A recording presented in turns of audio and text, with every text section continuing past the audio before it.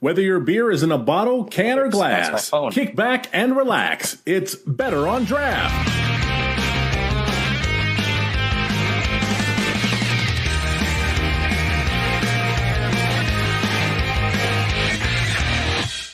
Welcome, everybody, to the Michigan Beer Series, episode number 38. My name is Ken. Thank you so much for joining us. I appreciate it. It is Friday, May 5th. We are going to be off the next 2 weeks, folks. We are going to be at the Traverse City Beer Festival for the Michigan Brewers Guild next week, the 12th, followed by the World Expo of Beer, the 19th and 20th, over in Frankenmuth. So come say hi, come see us. We'll probably have some spare tokens to give away to make your life a little bit easier, but let's go around. I know Wendy's not going to be here today, and I know Nick will be here whenever he gets in. So Dan, what are you drinking? What's going on? So today, since we're going a different route today, I've got my own Arizona Orange Blossom Honey Mead that I made back in 2021. And if that's not enough, I've got the trusty vodka soda to go with it. What vodka are you drinking these days? Stoli. Stoli, still Stoli. Like 99% of the time, yeah. For myself, I have a nice hop tea from Hop Lark with the, it's a caffeine-less tea, so it's the Tea is Silent series is what they call it. I also have a Missouri Loves Company, that is the Missouri Brewers Guild alt beer that they made, and I'm going to be finishing the night with a Maine Beer Co. Mean Old Tom. Got a nice little bottle there. Been hitting Toledo a few times over the past few months or so and picking up a couple bottles every single time. But as he did join us, Nick, what's going on? What are you drinking? Nick, you're muted. Congratulations. Welcome to 2023. I hate this thing, man. But you sound so nice. Can't we just be in like a normal studio again so I can not forget about my darn microphone for that once? Studio doesn't exist anymore. I know it doesn't exist anymore. Right. And getting you to show up at 7:15 is hard enough. I know. If I'm getting you inside a studio at a specific time. Yeah, I know, right? Kids. Yeah, 2-year-old. Started off with a Shiner Bock, and then from the Alchemist, their dark lager will be on deck.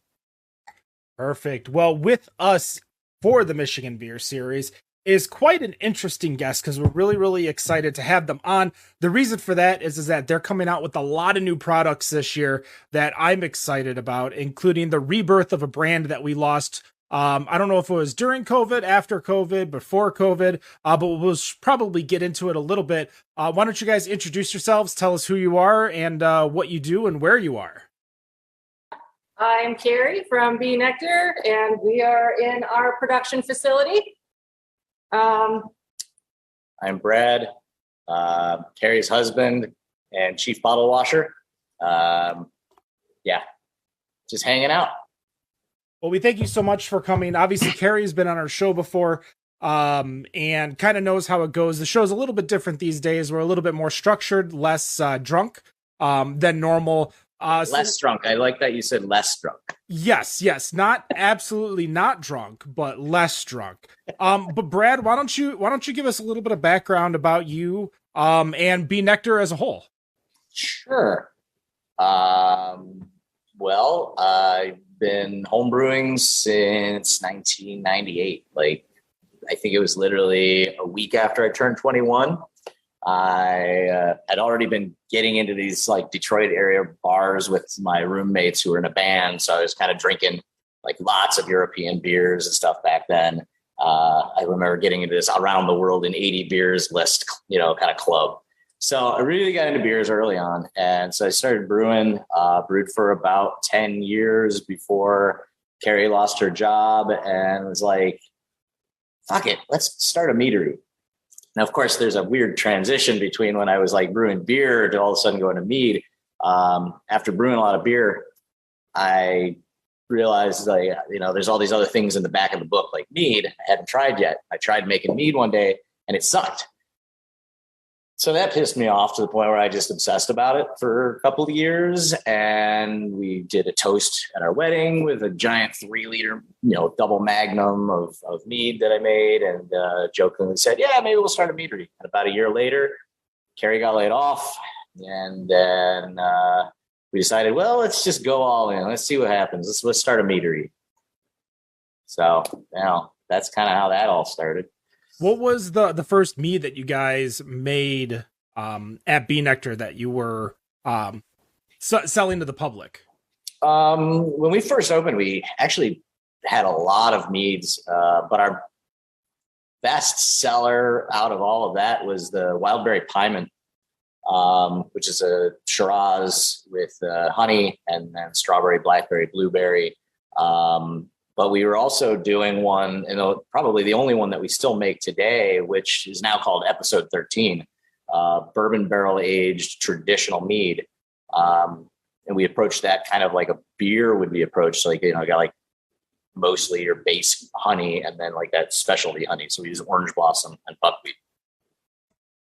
Now, prior to you guys purchasing, if I'm not mistaken, you guys purchased the equipment of the WAB, correct? The Wildwood Avenue Brewers?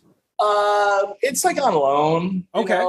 Yeah. I've been friends with the owner there for a while. And, during COVID, I think we'd go on these power walks, like couldn't go to the mall. So we just mall walking through Ferndale, and somehow just came up with the idea. It's like, hey, we're still doing production. We had already hired their brewer. It's like, let's just bring the brew house over to our place and then we'll make your beer. And, it seemed like a logical idea at the time.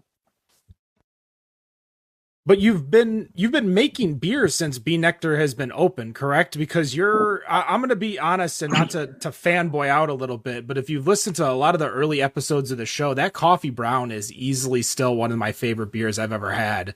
I yearn to see it every time I walk in there. Thank you. It's just one of those recipes. I didn't make that recipe, so I haven't really gone back to it. I guess I should. But yeah, we got our brewing license sometime around 2012, but it was kind of just as a way to be able to make just something unique for a festival or something for our tap room, which really wasn't even much of a tap room at that time. So we didn't really take beer that seriously because getting the equipment for brewing, the brew house and everything, is a much bigger investment than starting the meadery. So yeah, not until like last summer, we finally got the WAB's equipment over here and brewed the first batch in October. So it's pretty recent. Before I pass it over to Dan, I guess the follow-up question of that is what can we expect with the beer that you're making now? I know that you guys have a new name just for the brewery part. What's going to be the future of this brand of beer? We're going to wait and see if I can actually brew good beer. I think that's going to be it. And that's probably not the best suggestion from a business perspective for most people. It's like, hey, go and borrow this equipment and spend some money, set it all up, and then figure out if you can brew. But that's just kind of how we approach things. We're not even really working on any brand, like our own brand of beer right now. We're just focused on trying to dial in the WAB's beer for them. And in doing so, I feel like I'll kind of learn my wax on, wax off, and, feel like I actually know what I'm doing. It's like cooking in somebody else's kitchen. You ever go and visit somebody and Jake, our Zoom just got cut off. No, you're still there. Oh, well, we can't see anything. Well, okay. I don't know if that matters. This might be more interesting if we can't see. I mean, you just need to hear us, really.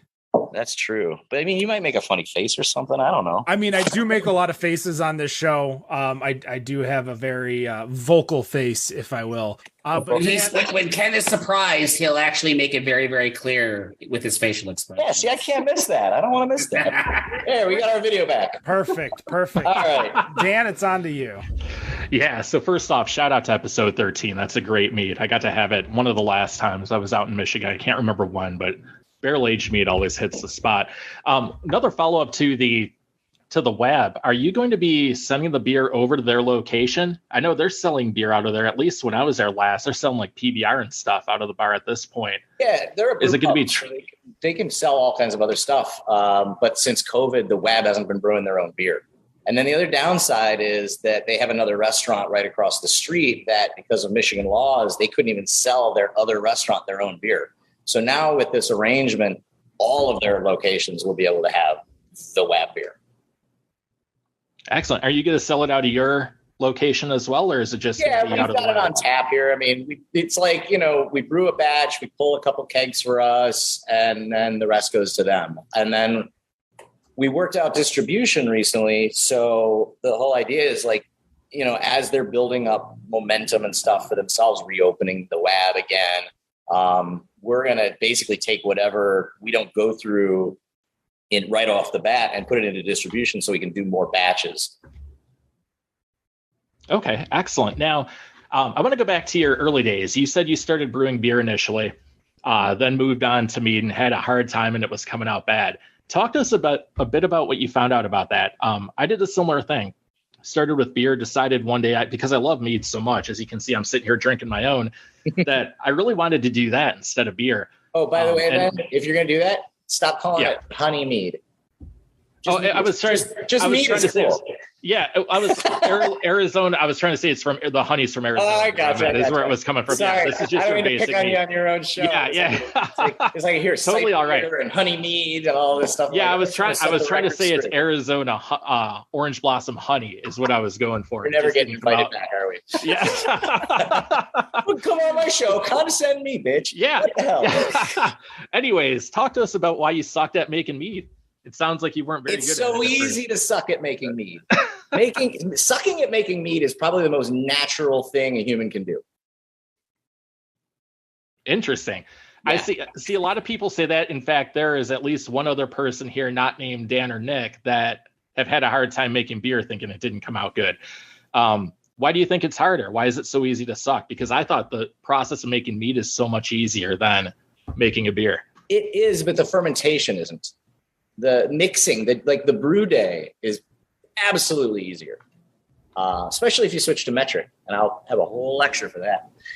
So anyway, it's all about nutritional, balance for the yeast and just making sure that they're happy because, you're basically just giving them Cocoa Puffs and expecting them to live to 95, and that just doesn't work. Not for kids, not for yeast. It's not a good idea. So, the thing is, like, everybody doing seltzer now is like coming to the realization that you can't just throw a bunch of sugar and water and mix it up, throw yeast in and get something that tastes good. So we had to kind of learn that, the hard way before, I don't want to say before the internet, but there was very few forums on the internet. There was only maybe the appendix of a book on it, not a whole lot. Yeah, there isn't a lot of information out there just because there aren't as many people out there actively making it, I think. There are now, but keep in mind, when I really got into this, when I got obsessed with mead, it was end of 2004, beginning of 2005, something like that. So it was a very, very different world then for mead.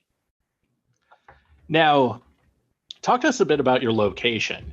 You're not in downtown Ferndale. You're not even kind of close to it. You're kind of close. Kind of on the other side of the railroad tracks, basically, is where you're at. Talk to us a bit about how that's affected you. Do people have a hard time finding you? Are they reluctant to come in? Just talk to us a bit about how that works. I don't think they are as much anymore. I think in our very first facility, it was in the same building that we're in now, but it was in the far corner and it was dark and Ferndale was kind of just up and coming. We're at 8.5 mile outside Detroit.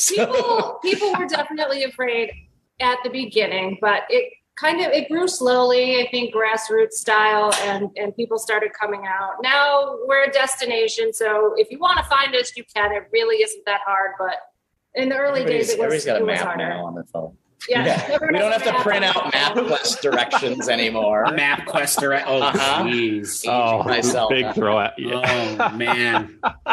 Right? I got to print out these directions and go on my road trip. Go find that meat. Now, Well, we wanted low rent because when we started, the original business plan, which is a joke because there really wasn't a business plan, was just going to be a night and weekend side business, kind of like if you decided to make sock puppets and sell them on Etsy. It's not like you're going to go get investors and, a second mortgage on the house, right? So the very, very first facility, we're like, well, we don't want to be downtown. We both had by this time, Kerri had a full-time job. And we're like, well, let's just get some cheap industrial space. It was like $500 a month, We don't want to have people really show up anyway, That wasn't our plan. Then I got laid off, and then we said, well, I guess this is what we're doing, and go. Oh, and we had a 3-month-old baby too. Even better. Yeah, keep it interesting. It's helped us because it's like, think about like some kung fu movie. If they don't actually train hard and they finally get into that battle, they don't know what the hell's going on. I like all that early shit that we went through made COVID, not so horrible.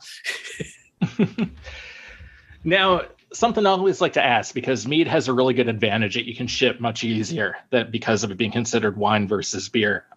What's your distribution like through mail order throughout the U.S.? Do you see a lot of it, or what's the situation there? I think that I'd still like to see a lot more, but we have we got 20 states. And I think because we also have distribution in a lot of those areas, there's only a few states that don't have our wholesaler distribution. So people can still go to the store and get it, but they don't get all the specialty stuff, the small batch. So if you want Zombie Killer, you can go to a store or you can order it online. But we've got, we just did episode 13 variants yesterday for May the 4th. And so those are only available in the tap room or on our direct to consumer site. So we've got, a pretty decent footprint there. Now, something I just noticed, I'm actually taking a look at what I could order right now. I noticed you make a prickly pear. Let me go back to it here. The prickly pear, kill all the golfers. Well, yes, prickly pear is typically something you only see out where I'm at here in Arizona. What made you decide to go that route using prickly pear for this?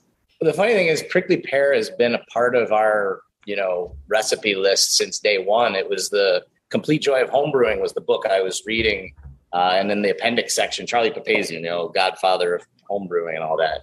He wrote this eloquent, poetic, it's not even a recipe, but nowadays it would be somebody's food blog that they'd write about their grandma's Lebanese garlic dip, right? And it's like, where's the fucking recipe? Just give me the recipe, so that's kind of what he wrote in this book. So pretty much like any recipe you find online, there's a whole novel to preclude it. Yeah. So that's what this recipe was, a cactus pear mead.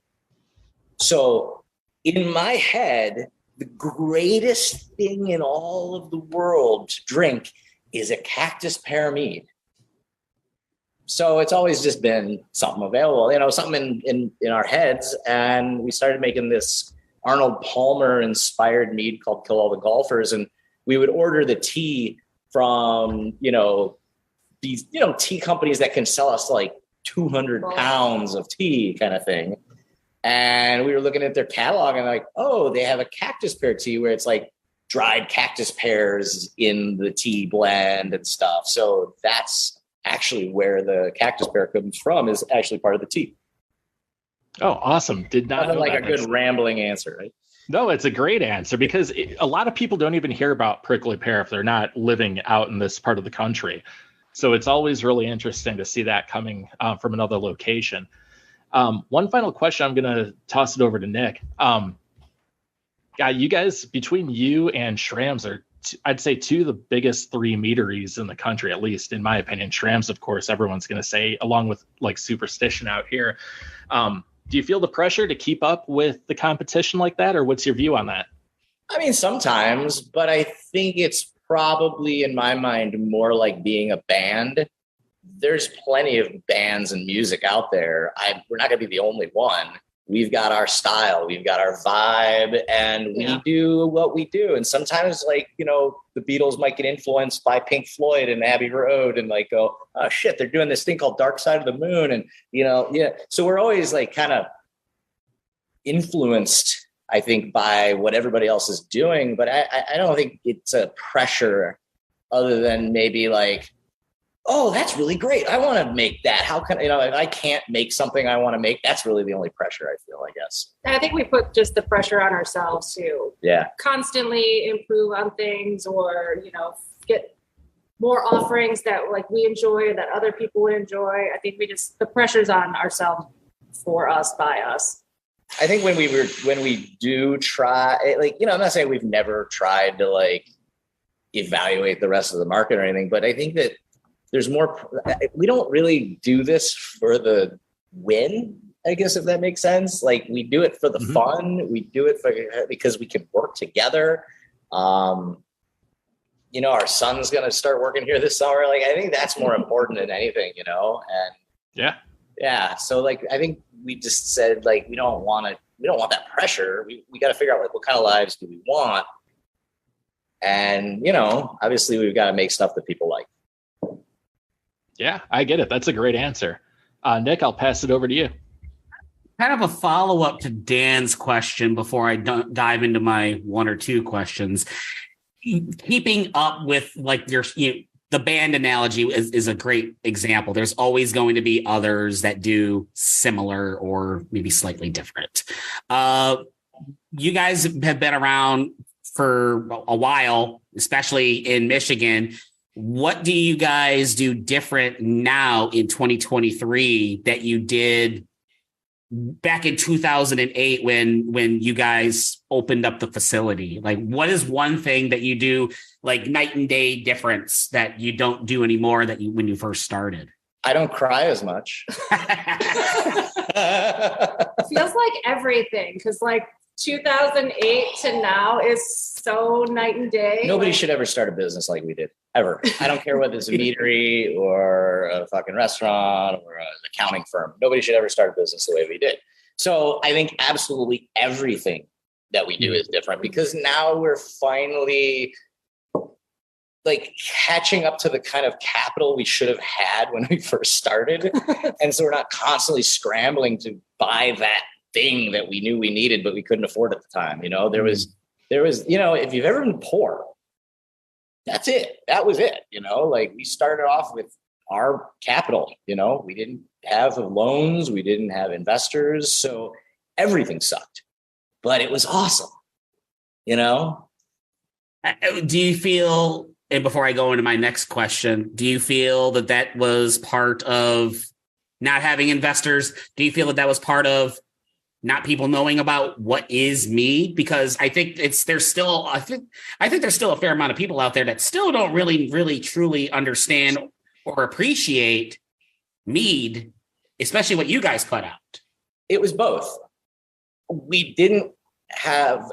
There was nobody out there who really knew what it was. I mean, I think that, so I took a page out of Sam Calzione's from Dogfish Heads, brewing up a business. It was dog-eared. It was dogfish eared, cover to cover. Boom. You can use that. Making a soundbite there. You're watching, Sam. Go ahead.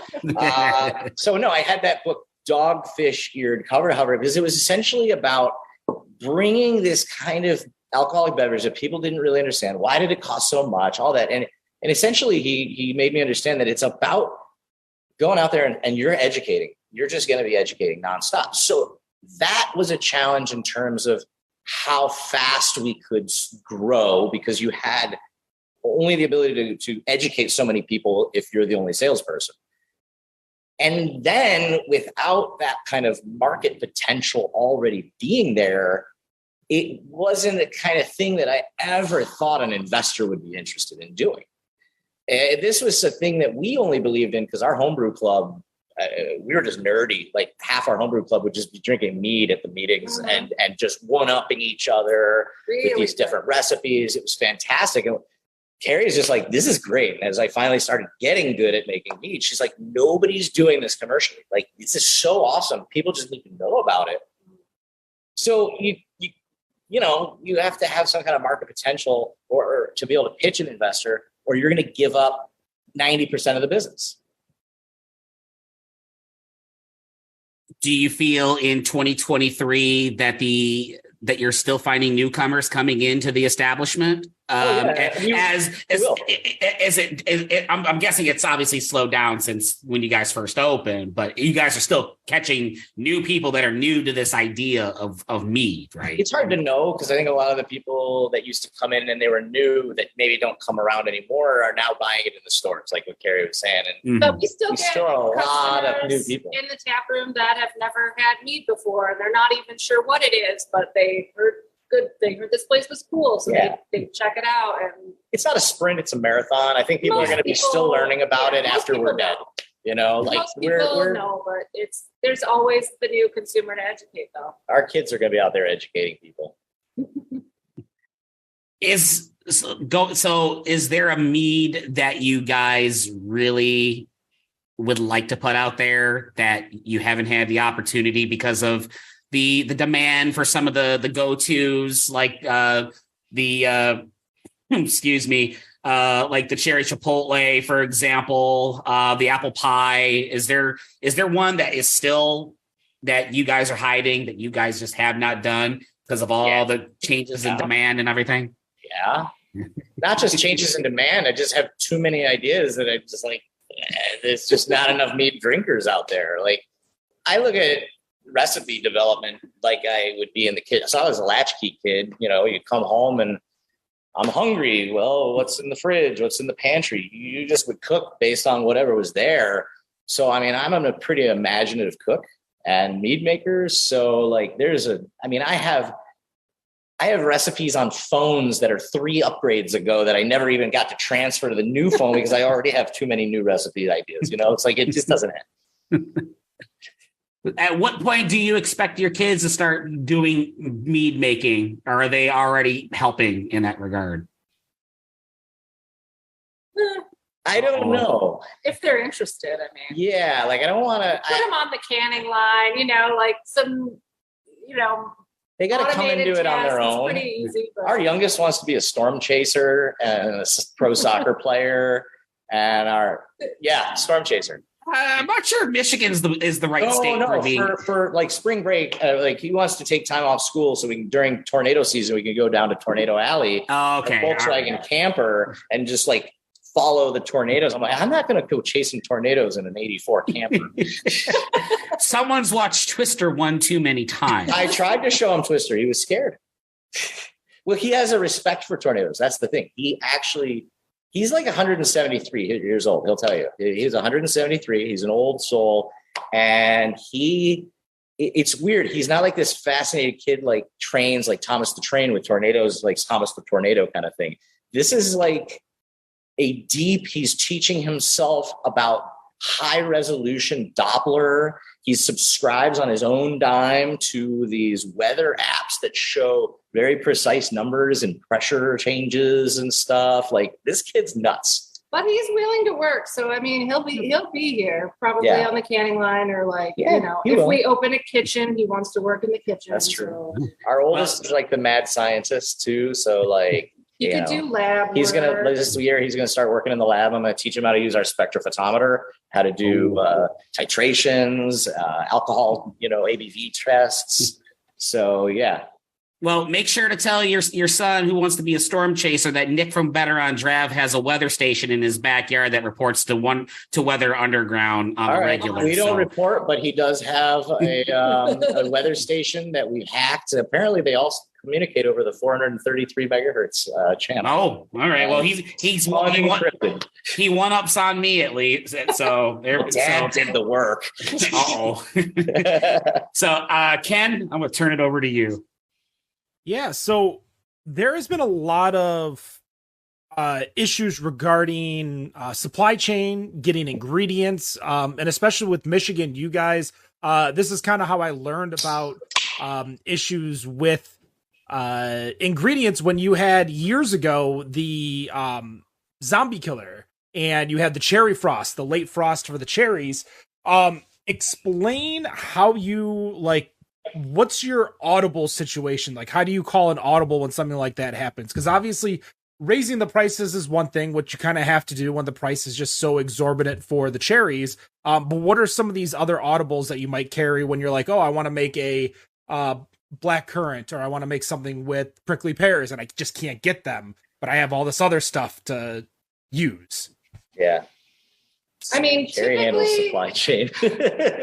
I've got a nice stockpile of vendors to choose from, and there's some overlap in a lot of the products.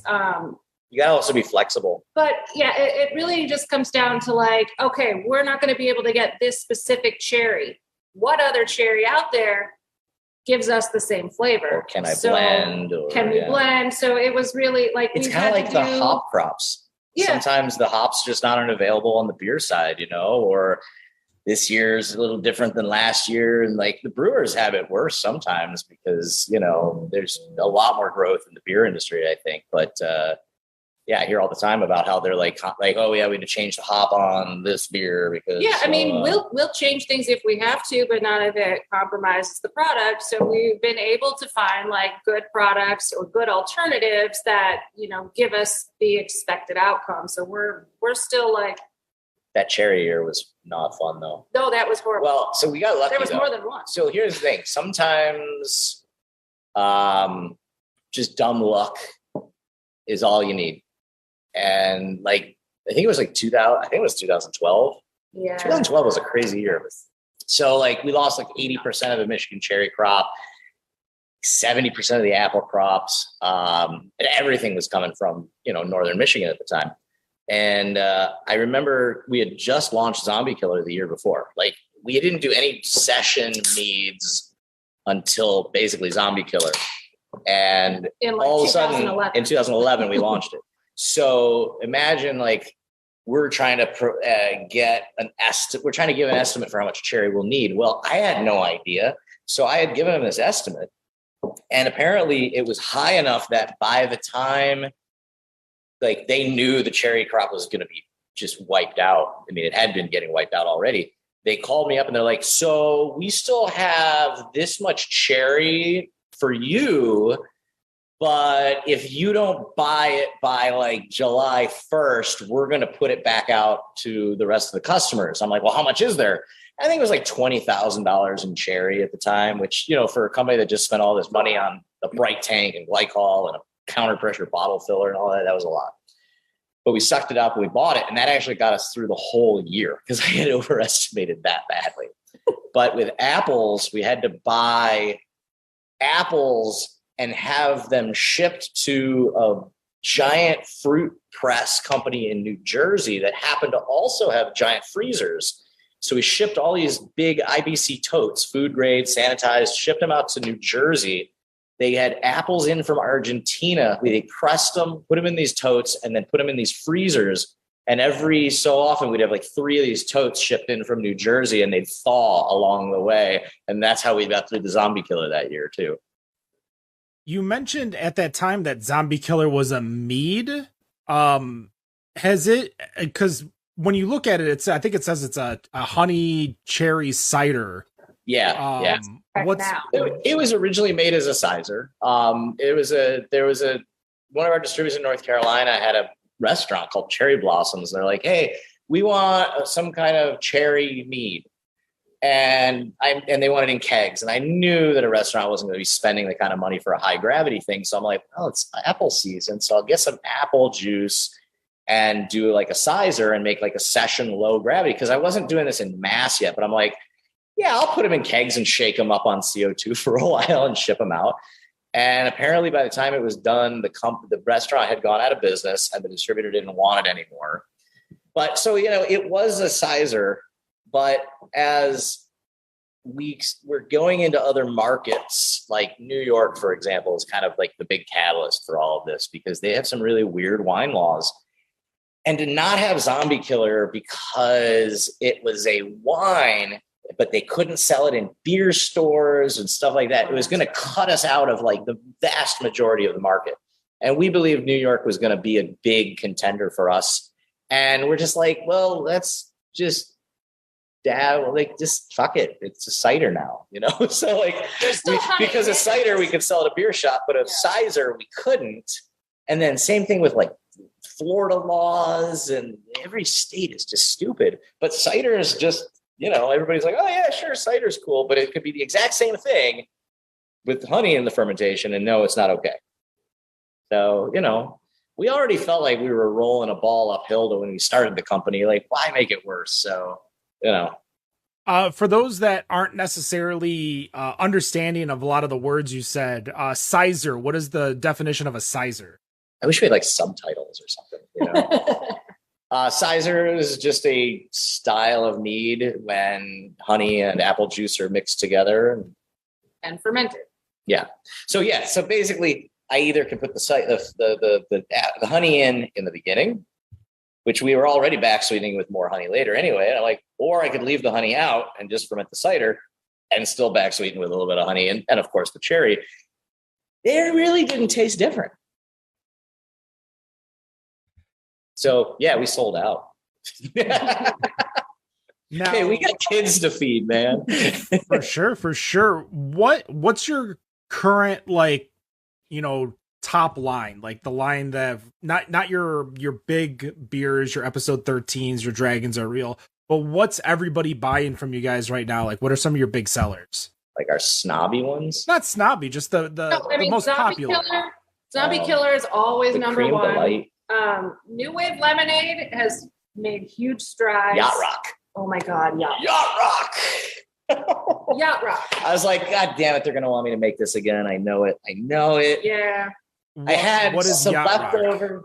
Yacht Rock is just like it sounds. It's fucking Yacht Rock, man. It's like perfect.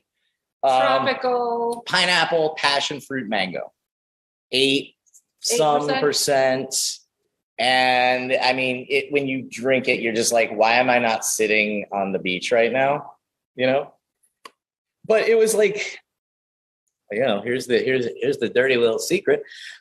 Like the latchkey kid I am, I'm like, well, I got this mango that like the barrel started to bulge on us when we brought the juice in. So we're like, fuck, I'm not going to let this go bad.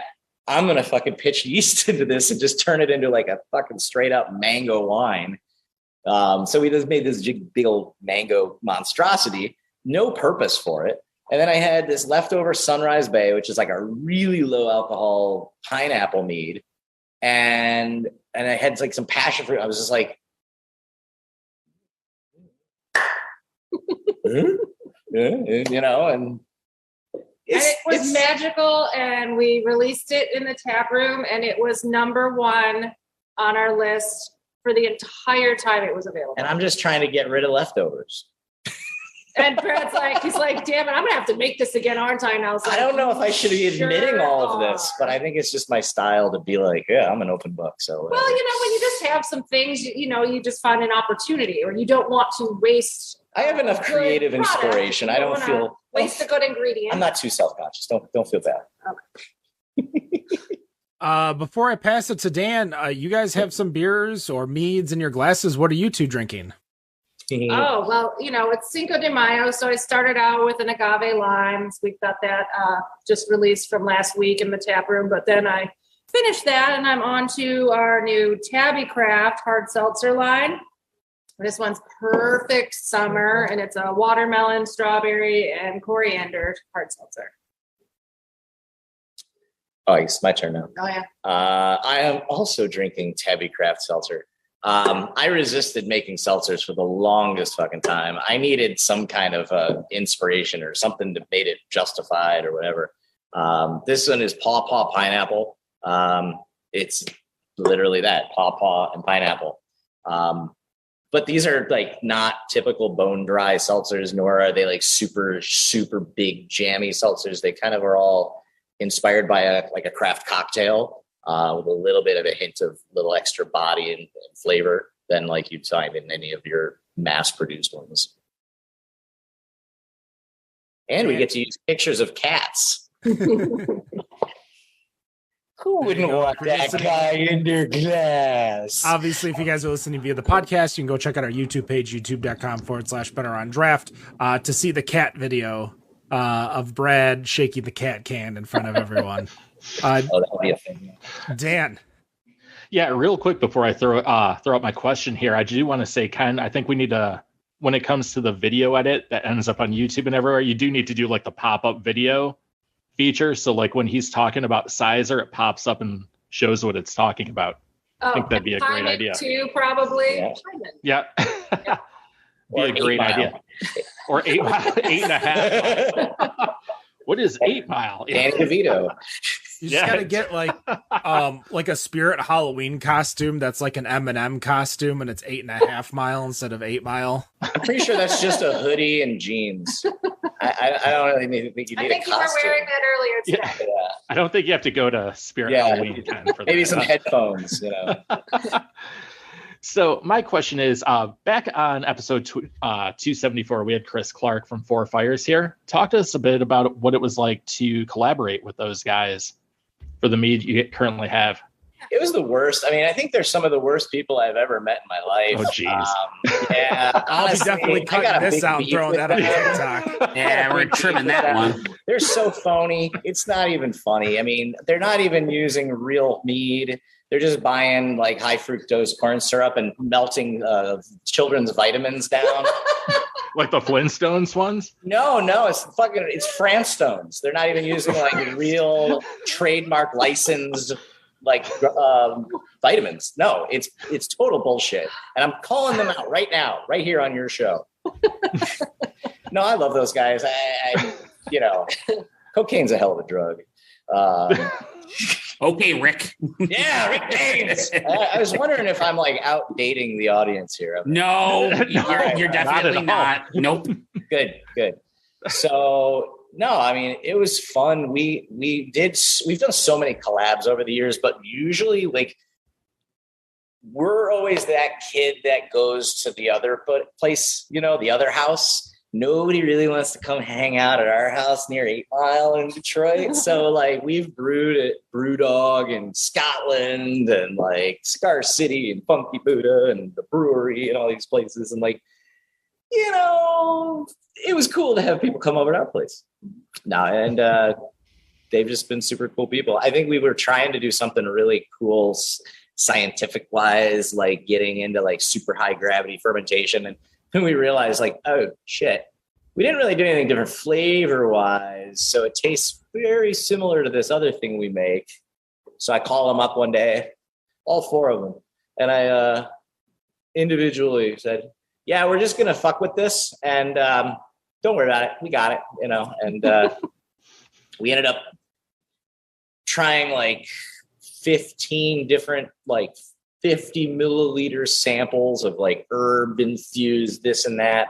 And then we were going to figure out which ones we wanted to blend together. And at the end, we decided, since we've all been to parties at Michigan State, let's make jungle juice. And we just literally mixed all the samples together and said, wow, that's what we want to do. So originally we wanted to use the Spice Girls as a theme and have all of them as like all of us basically as like, different Spice Girls, but with like our faces pasted on or something. And I think Kerri said no. But she's usually the smarter one. So I listened to her. Yeah. I don't know if that's a good story or not, but that's the great story. That's it. That's the story. But yeah, guys, no more fucking Frank Stone's vitamins, all right? No more Frank Stone's vitamins, yeah. Ken, I'm going to pass it back to you. Thank you so much. So let's talk about the seltzers real quick. Tabby Craft, is that the name of it? That is the brand. Yeah. Tabby Craft Hard Seltzer. What is the launch flavors that you're offering? We have the perfect summer watermelon, strawberry, and coriander. The pawpaw pineapple what you saw here. So pawpaw pineapple and. If you don't know pawpaw, it's like North America's only real native tropical fruit. It's crazy. It even grows in Michigan. Yeah, I thought it was named after the city. I was going to say, yeah, I thought it was like you did something with Pawpaw Brewing. No, Pawpaw, Michigan's named after the pawpaw trees that line the river. Oh. Yeah, Wikipedia that. And we have one other one, two. The Orange Basil Mule, MEWL. Yeah. So with orange and basil and ginger and lime, so a mule style. And then the very first one we released was Icon Has Blueberry, and that was a blueberry hard seltzer.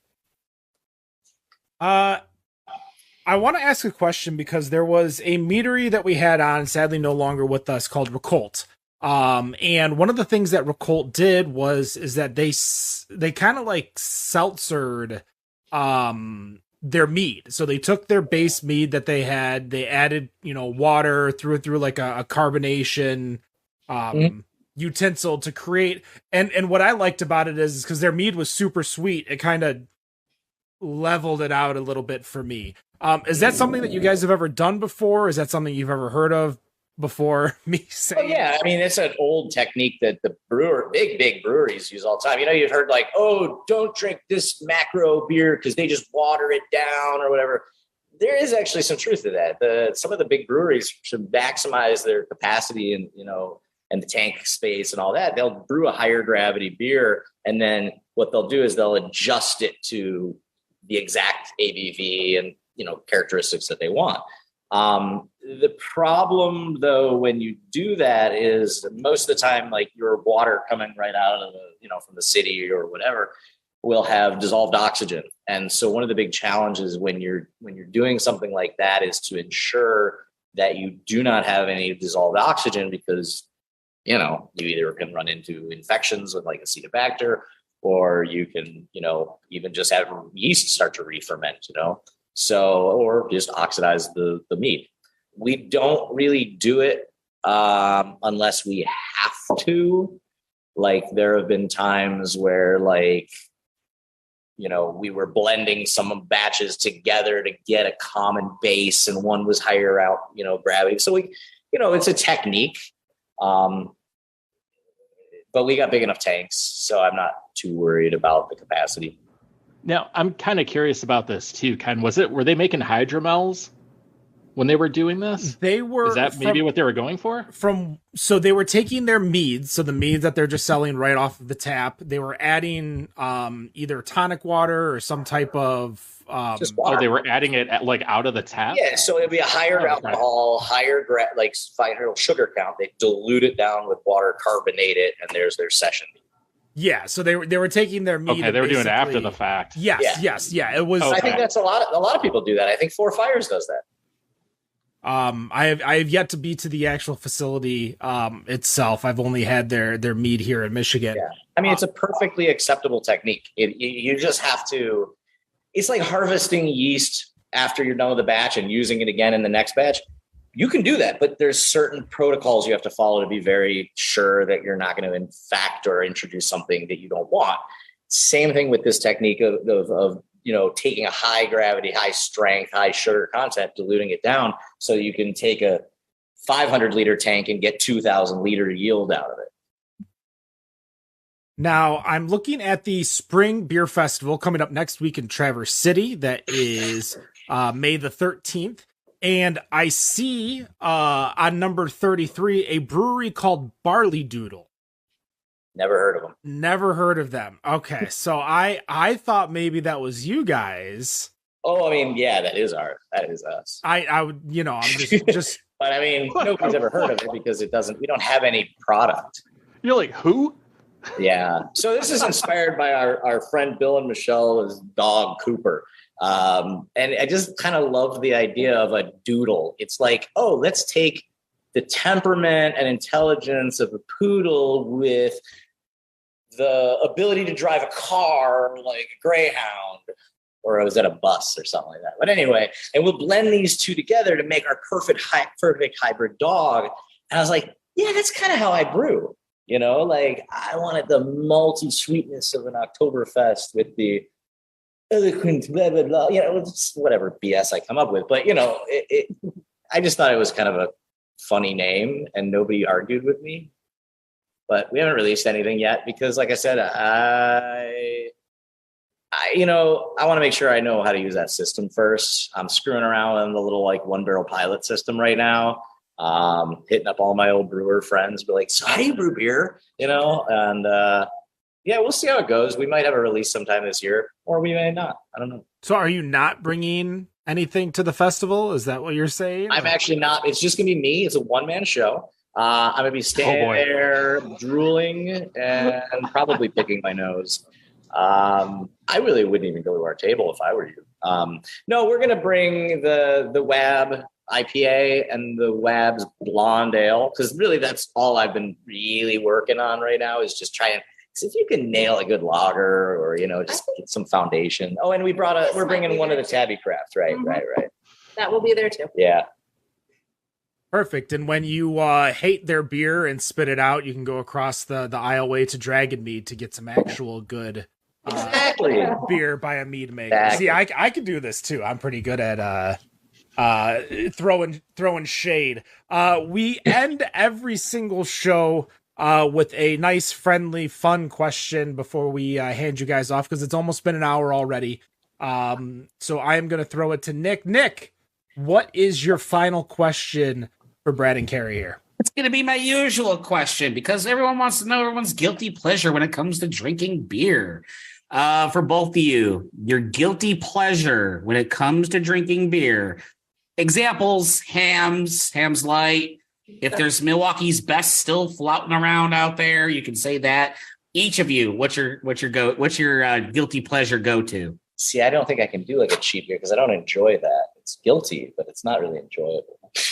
I would say wine. Wine. Yeah, wine. We drink a lot of wine. A lot of edibles. Are you talking like $8 Chuck? Like $8? Is it $8 now? We're talking about Mad Dog. Frenzia. No, there is something. I just, Twisted Tea. Twisted Tea. No, I've tried all of them. I mean, I'm an equal opportunity drinker, honestly. Like, it's almost like the question of like, what's your favorite? And I'm like, well, the one in front of me. Do you miss the original Four Loko? Is that what you're telling us? I fortunately came up with a clone recipe long ago, and I've never stopped drinking it. Four Loko for life, man. So, God, I don't know. What's your guilty pleasure? I don't feel guilty about any of it, though. I gotta like. Well, then say it proudly. Then there's not a beer that I'll drink and try to hide. I guess I'll say that. I think all the brewers can agree, though. We all drink like High Life or we PBR do. We drink some cheap beers. Because you can only have so much pastry style. I remember being at the Rochester Mills Brew Pub Oktoberfest, which is a huge Oktoberfest if nobody's ever been, and seeing Brigham and Pipenbrock both drinking like High Life and koozies, even though they were drinking Stroh's. Oh, was it Stroh's? Yeah. It was Stroh's, yeah. Yeah, so it's not like a guilty thing, but like I love Hockershore Weissbier. That was what got me brewing beer to begin with, love a good malty, like Oktoberfest, like Marson, We're not supposed to like the yellow fizzy, but we all do. Everybody now is like, I want to be able to make a good lager. Is a lager. Yeah, can I make a good lager? I can throw fruit and everything, but can I make a good lager? Dan, what's your final question? All right, Brad, you have to go against Ken in a game of Edward 40 Hands, but you're using your mead. What mead are you using in this? What is Edward 40 Hands? I don't even know what that is. I guess it would be Bombers, since they throw stuff in 23s over there, or 750s. So we could do... We're going to duct tape 750s of Dragons Are Real, one for each hand, and then we both have to finish both bottles. Okay. Yeah, and whoever finishes the one in each hand. But what mead are you picking to be able to beat Ken? And keep in mind, he's like, if you remember Bill Foster from the band show, Ken's going to down this quick. So what are you going to do to beat him? To down it quick? I'll one up you in like awesomeness as well as beat you in speed by using our Don't Fear the Carolina Reaper mead, which is he's done. Yeah. Which is our Devil's Juice mead, which already has like a ton of peppers. With more cowbell. We actually put Carolina Reaper peppers in this one. So I'm gonna drink that and still beat you in time. And I'm gonna look. Ken has to drink it too. That's the thing. That's why he's gonna be just drooling. I thought this was like you drink your thing, I'll drink mine. No, you're picking what both of you are drinking. So I told you I don't know what this game is. Yeah, so Ken's done. Yeah, I'm not a big pepper guy, so that's I've tried the was it Zombies Take Manhattan? I think is your Chipotle, or is it a different one? No, it's a well, Dragons Are Real. It's cherry Chipotle. Zombies Take. Did you say Zombies Take Manhattan? Yeah. Oh, yeah. The zombie steak Manhattan is an imperial zombie killer aged in rye whiskey barrels. So it's the cherry chipotle. That's Cherry the one chipotle. that I had, and I was like, ooh, that's not a good one. Get you in. So I'm like 2-upping you then with this Carolina Reaper one. For sure. I'm very hit or miss when it comes to spice beers that have some type of like heat to it, like a pepper beer. Like Ring of Fire from Dragon Mead knocks me down. Like I can't touch it. I can imagine they named it for another reason. But there is, I see what you did there. Dragon Tracks. I think I had, what was the ghost pepper Dragon Tracks from Witch's Hat, and I could drink that, and that was delicious. So see, a lot of these really spicy ones are also really flavorful too. So like They are. a lot of them, if you do them right, you give it a lot of fruit character from the pepper. Yeah, when you add these higher, I can't even think of what the capsaicin peppers to beer, it works out really. Yeah, Scoville. Thank you. The Scoville level. Ken, if you remember at the Cask Ale Festival, someone had a Carolina Reaper stout. I think it was Ellison, and you actually enjoyed it, and it was pretty hot, but you actually thought it was pretty good. Balance is key. yes. Yep. Yes, for sure. So my final question is very simple. 2028 is going to be your 20th anniversary. I know it's 5 years away, but are we going to expect Ferndale Palooza 2.0? God, no. No. I mean, I'm not going to say never, but that was really This is not the right kind of hard. state to do an event like that. Yeah. Like if we were in Florida or Ohio or anywhere else where the state would allow a producer such as ourselves to host a festival like that without going through this totally convoluted, batshit crazy runaround through a nonprofit and all that crap, then we'd totally do it. Because we love doing these fests where we meet amazing people from all over the world. And I'd love to bring them in again. We had so much fun taking them on a bus tour around Detroit, showing them the history of this town and just why we love it here. But it was a pain in the ass to put that together. Maybe if Elon Musk can get us to Mars, it'll be easier to host one there. What is a law that you think, before we can go, because I'm curious, because I've always been interested in the laws of Michigan, the red tape, and what make things just overly complicated to do something so simple. What is the law or laws that you could change to make Ferndale Palooza 2.0 happen? In Michigan, there is a type of license that the brewers have called a brew pub. Brew pubs are allowed to purchase alcohol made by other suppliers through wholesalers or just direct distribution or whatever, and sell them on their own property. If the state of Michigan were to allow even a temporary festival type license, which was similar to what a brew pub can do for these like one-time events or stuff like that, they don't even have to change a law. They just have to make a specific provision for these types of events. That's it. I guess my question is, what stops you from doing it at a different address? It's about, you still have to have a liquor license. You have to have a license to buy and sell alcohol to the consumer. Okay. You have to have alcohol, like liquor liability insurance. You have to and then if we want to associate our name with it, that gets into this whole thing that's, you want to talk about prohibition laws mandating a 3-tier system and keeping Nektar away from the retail level and providing value. I mean, the rabbit hole is very, very deep. It's not fun. We've obviously been doing the show for 7.5 years now. And laws, issues, making sure we say the same things, especially for our March Draftist competition, because we give away a keg of beer, but we don't give it away. We buy it and the first 144 brand new friends can get a pint bought by us. We're very, very specific, but there's a lot of things that I'm hoping over the next few years, now that kind of COVID's done and everyone's kind of not being reactive, that we can start being proactive again in the craft beer community and get a lot of these laws, especially these archaic liquor laws, done. Kerri and Brad, you guys, people can buy your mead cider all online. What's the website? Give me some deets about what we can do to find you. Bnektar.com. Shop.bnektar.com for if you want it delivered to you. Bnektar.com's got our tap room hours and online menu there. So you can do an online order and come pick it up at the tap room, or just, come in and see us because we're fun to hang out with sometimes.